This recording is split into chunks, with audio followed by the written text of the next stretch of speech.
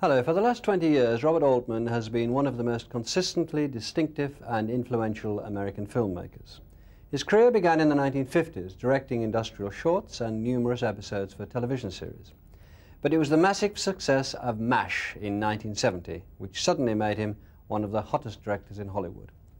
Subsequent films, such as The Long Goodbye, Nashville and Popeye, were innovative and challenging. They featured large casts and multiple storylines, and were marked by Altman's restless visual style and love of complex soundtracks. They displayed both his satirical eye and his skill at reworking Hollywood genres. Increasingly, however, Altman found himself at odds with the major studios, and in 1981 he abandoned the mainstream American film industry, opting instead to work in theatre, television and in Europe. We filmed him in Holland last year, directing Vincent and Theo, a study of the relationship between the painter Vincent van Gogh, played by Tim Roth, and his brother Theo, played by Paul Rees. Vincent and Theo is a feature film and a 4-part television series to be screened on ITV later this year. 1990 is Van Gogh's centenary, and Steve Jenkins' film examines Altman's attitudes and working methods as he tries not to make a film about a penniless painter who cut off his ear, killed himself, and then became rather collectible.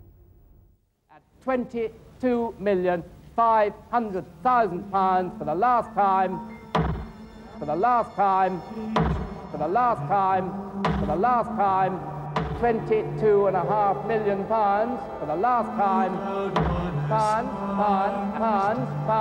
pounds, 22.5 million, 22.5 million pounds, lots of places, for the last time, 22.5 million pounds, the last time, last time, last time, last time, the last time, the last time.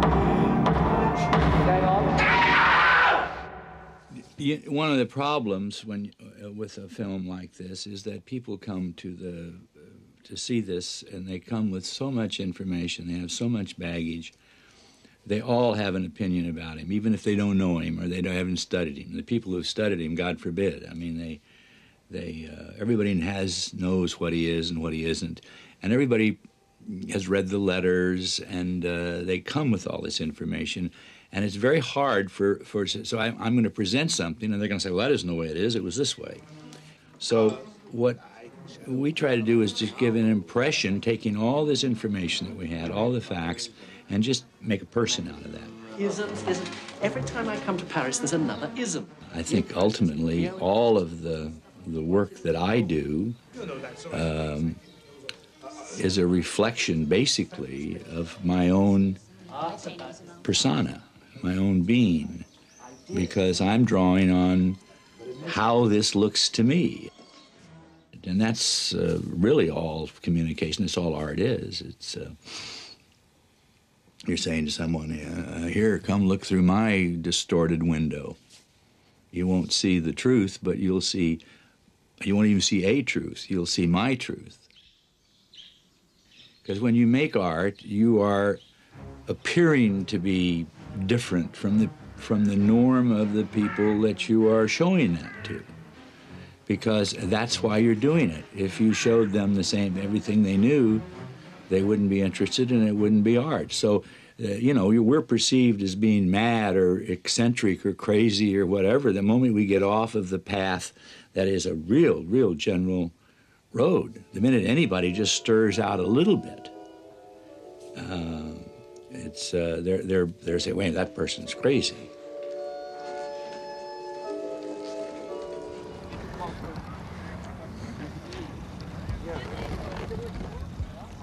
Tell these ladies where they can go. Yeah, I showed them. We're waiting for his friend. Oh, okay. Well, we're just setting dolly tracks along these dunes as soon as we can get all these naked people out of our way, because we can't show them on television very well because it's considered bad or something. But everybody down here is naked. We have to get rid of them. So we're going to put our fully clothed actors in and shoot the scene. We're just using the dunes along here. Tu sais quand c'est? Voilà. Bon. And then with the palette. Yeah. Maybe it's better that I'm just finished my line sitting. Yeah. My initial attitude in going into it was that I was not going to do a film about a famous painter. I was not going to do a film about painting. I was going to do a film about a failed artist, and his relationship with his brother. I mean, that's the emotional thing that we started on. I wasn't even going to show any painting. I didn't want to, but then suddenly I said, well, it became obligatory that we had evidence. So suddenly paintings and his work became evidence rather than works of art. So we start dealing with it as evidence. And then we decided, well, we got to be a little sacrilegious about this. We have to treat these things the same way that undoubtedly they were treated by himself. Doing all this with him long before you come in. I've got it. So it doesn't matter what I do to the painting? Well, I think not. I'll work it out that you can just hurt the painting. I love to destroy paintings. Yeah, me too. I didn't go in to destroy the things that people thought about him and say, oh, no, it's not that way, it's this way, and do something negative. Okay. There was one time when we were starting the casting, and the thought occurred to me, oh, I'll find the perfect actor and he'll be left-handed. And how will we handle the painting and this sort of thing? And then I thought, my God, that's perfect. So I was really hoping and looking for an actor who was left-handed so that we could do this whole thing with all the paintings left-handed. And then the critics and the audience, the people, the critics, could come in and say, oh, well, that's wrong. And I said, well, no, this isn't Vincent. This is just his reflection. I mean, the real Vincent is on the other side of the mirror. How are you, Mo? I've been painting, Mo. I want you to come and see my work. But every time I come to see you, you're never in. I'm not into you ever again.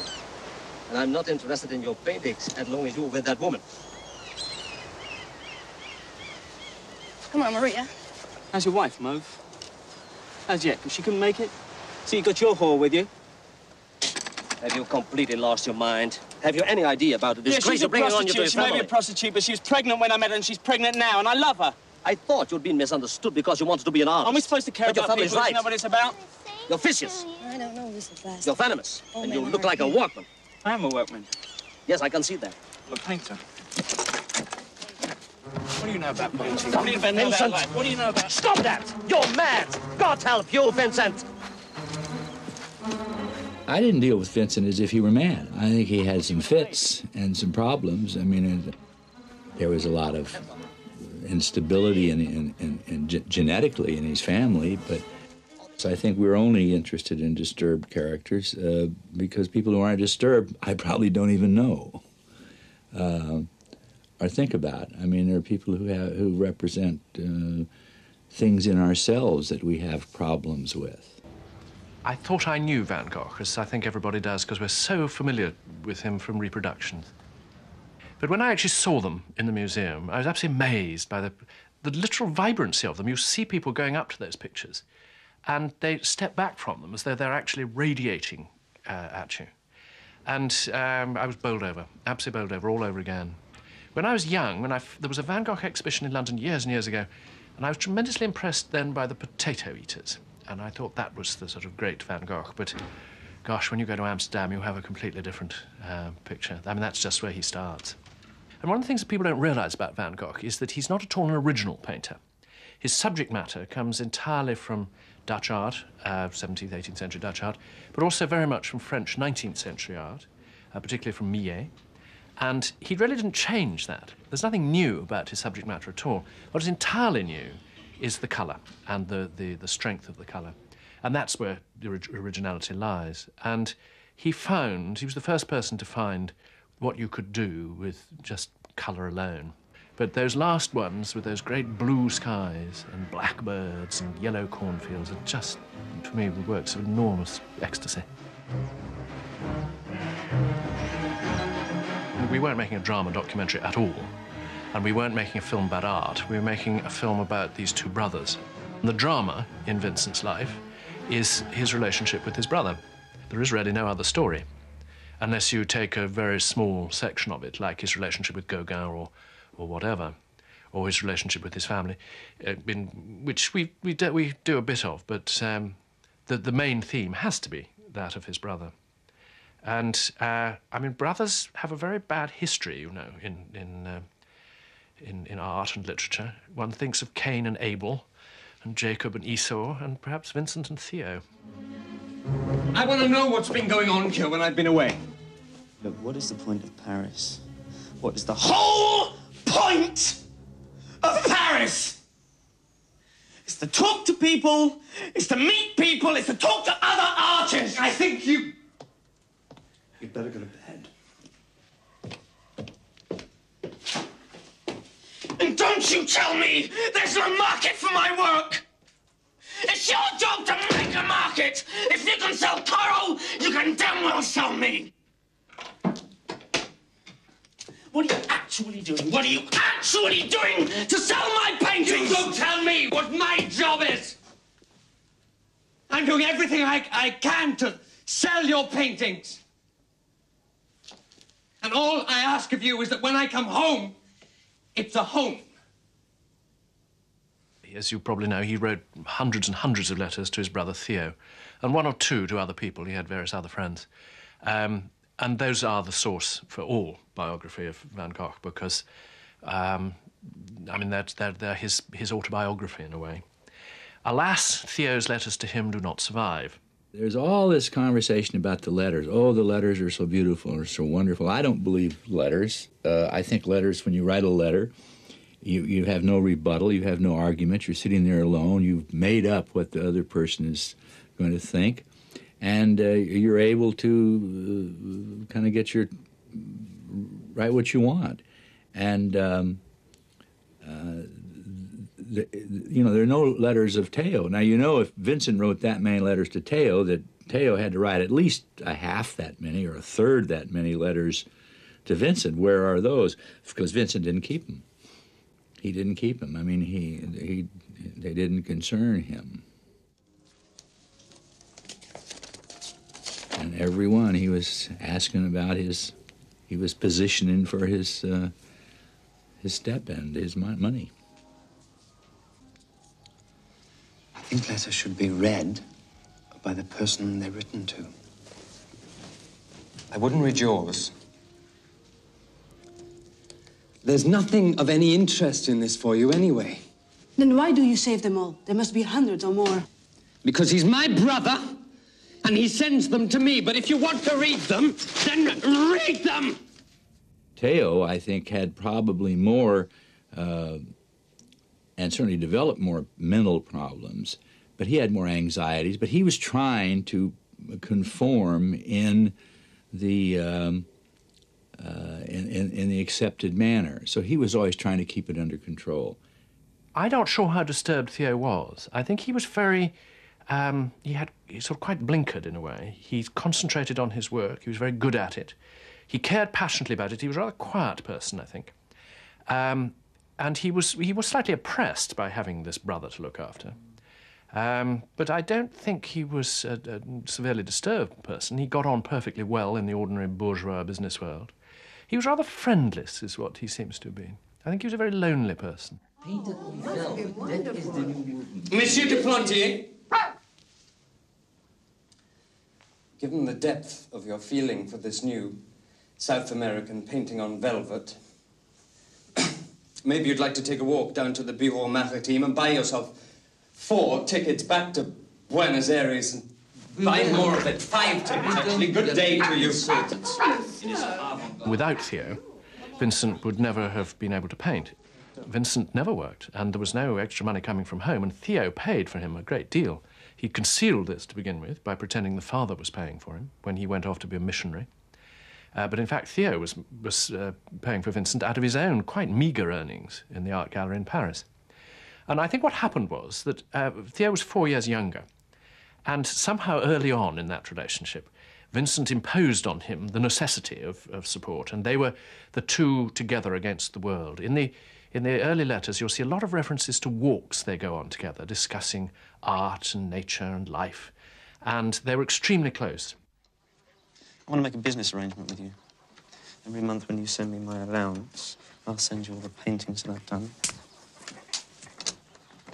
That way, when people ask me, do I paint for money, I can honestly say yes.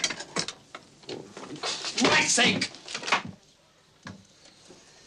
What about me?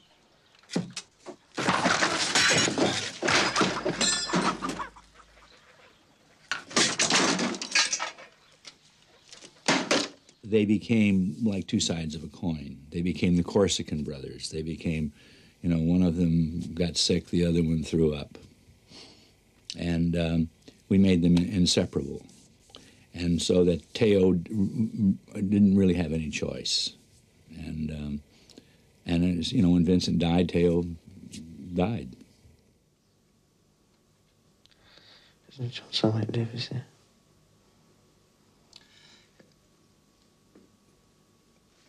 No.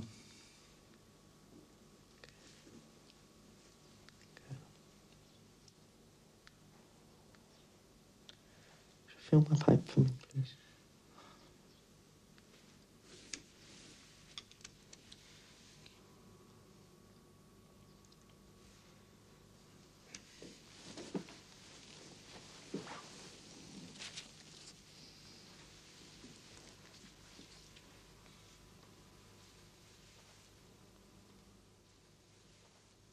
What the brothers had very much in common was a passion for art.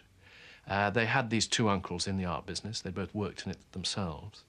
And they lived through art in a way which is quite difficult really to understand now. I mean, when you read the letters, you can see that. But it's something, it's sort of kind of nature mysticism mixed up with art, and it's very Dutch, and it's very Protestant.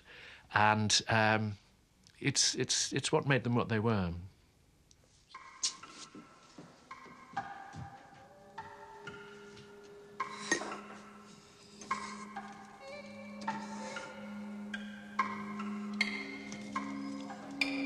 Vincent killed himself in July 1890.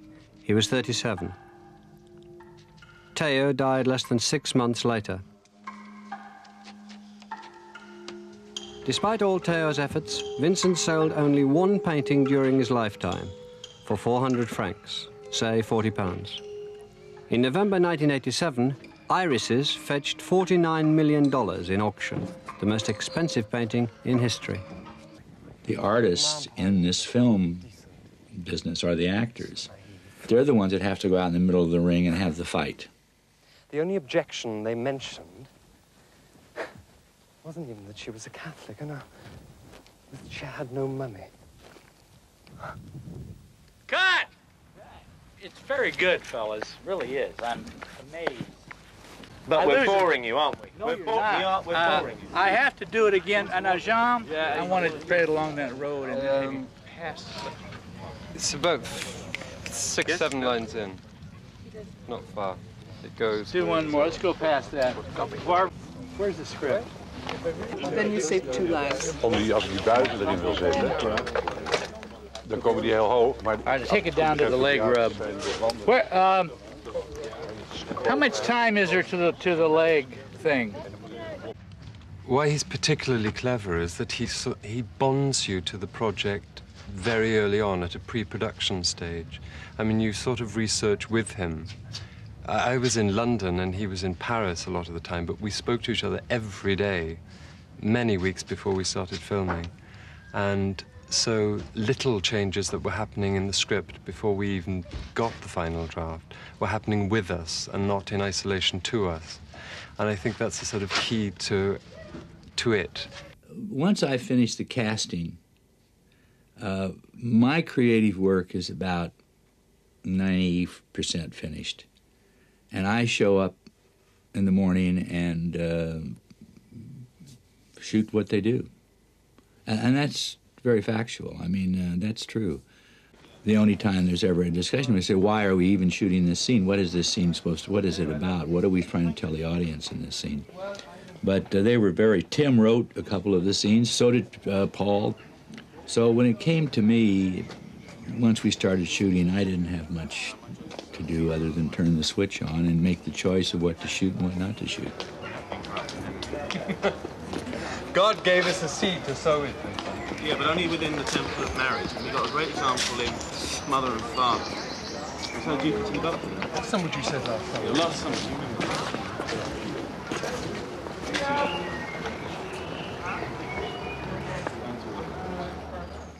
The way that Bob works and the kind of system that we've evolved is that we use the essence of the scene as the starting point of it and either expand on or reduce it to what we're developing as characters.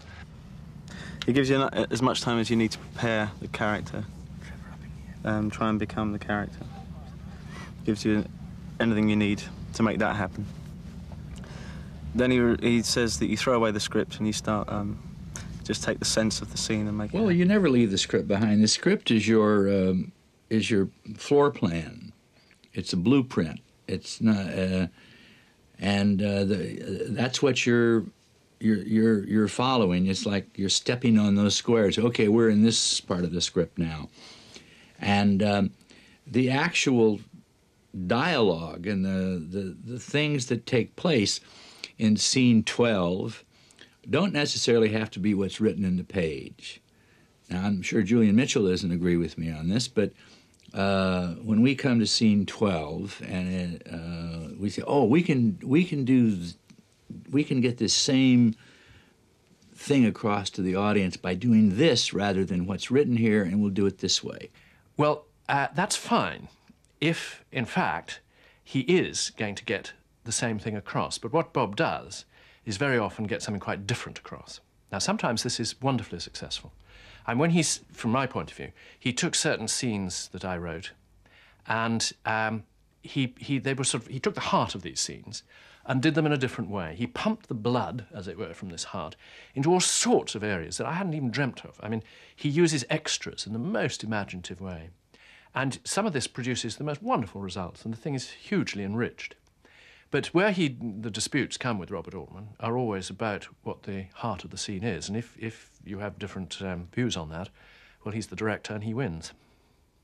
Now, this is the beginning of the morning after, the night before he and Gauguin, Vincent and Gauguin, were on the town. They were drunk. They were in a little fight. Lots of things happened. But Vincent is becoming very unstable. And he wakes up in the morning, and I don't think he remembers what happened the night before.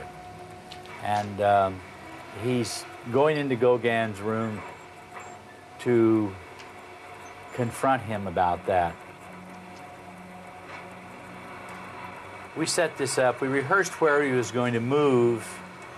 This Gauguin in bed, of course. We rehearsed what he was going to, where his moves were going to be, but we didn't actually rehearse the activity. And he picked that knife up. I didn't know he was going to pick the knife up. So we just went with it. Now, after the first take, of course, I mean, the long shot, the master shot, we knew what he was going to do, and he's repeating the action in his closer shots. The scene that was written here is that Gauguin tells him he's going to leave Paris. And this is where Tim surprised all of us. And I think he knew what he was going to do. He says, I said, I'm going back to Paris. And Vincent's reaction to this is, he has that knife, which... Can't.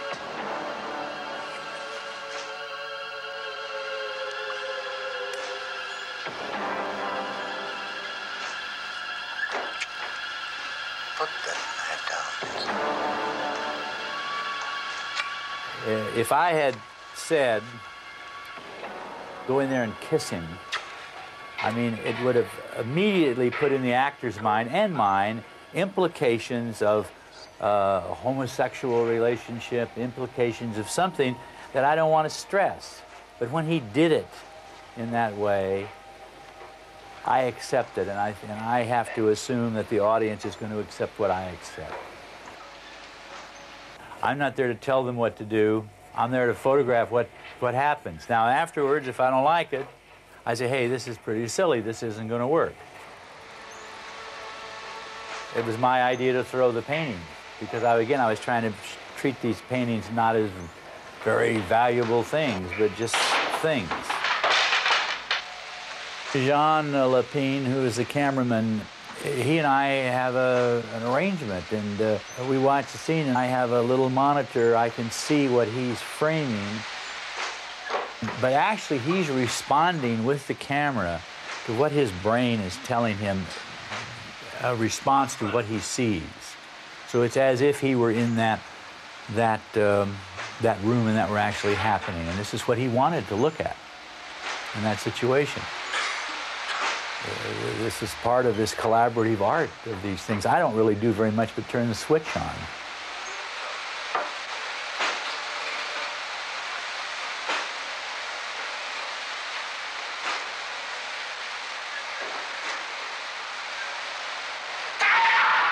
Bob is not your Hollywood director who works for a studio, and I think he doesn't like working for studios.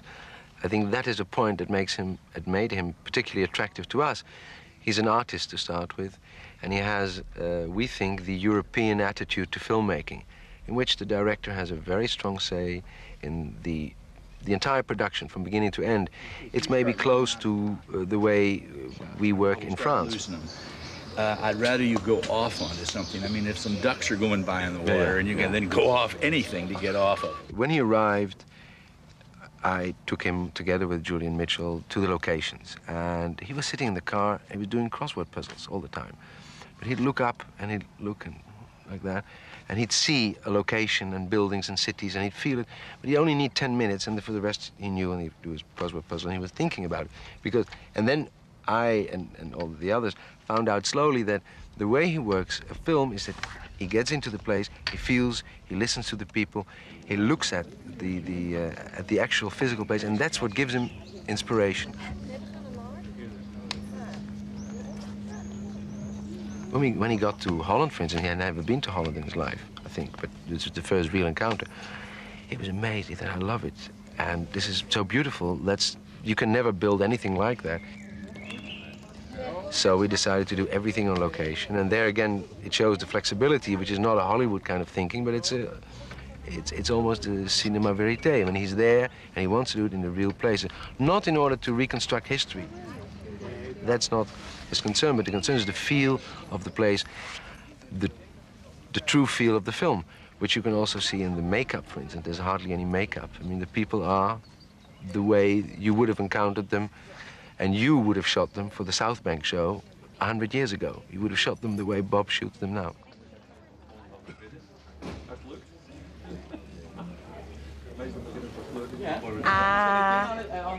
Huh? Did you put anything on there? No. Okay. That's the way I want her, though. I don't do storyboarding. I don't plan anything ahead of time. Unless there's some big technical problem. And I pick a spot for myself, and I put my camera there, and I think this is where I'll place the audience. And I don't much change from that spot. I don't run around and shoot the other way or the other way, and I don't do that very much. There's a lot of territory to control. We were in a boat, a barge, and we can't control the speed of the barge. So we'd say, well, that's good. We don't control the speed of the barge. So that means that we put the audience in a position where they're not in control. And they have the feeling, oh, I'm going to miss this. And so that suddenly breaks the fourth wall, or whatever you want to call it, the lens membrane. And they're into it. Where if it's just perfect, it's Spielberg. God made a lot of mistakes, you see. Like stars. The world is a bad painting. He should have destroyed it. The world is mad. Everyone knows that. Nature's perfect, though, isn't it? Why bother to paint it, then? Well, I can live without God, but I can't live without painting. I'm looking for flaws. I'm looking for imperfection. I'm looking for something to put the audience in the position of that they're not in control. They're observing. It's not going to happen just for them. And they have to be alert, and they have to be many of the reasons why majority of my films aren't big audience films is because people say, oh, I couldn't follow that, or I didn't. It's because they didn't concentrate.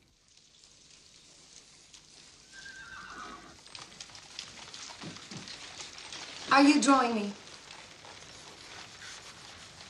Yes. Well, you're not allowed to. Why not? You can draw me if I'm Mother, not if I'm myself. Oh, I'm sorry. I'll stop. The illusion of realism, anyway. Everybody gives me credit for creating overlapping dialogue.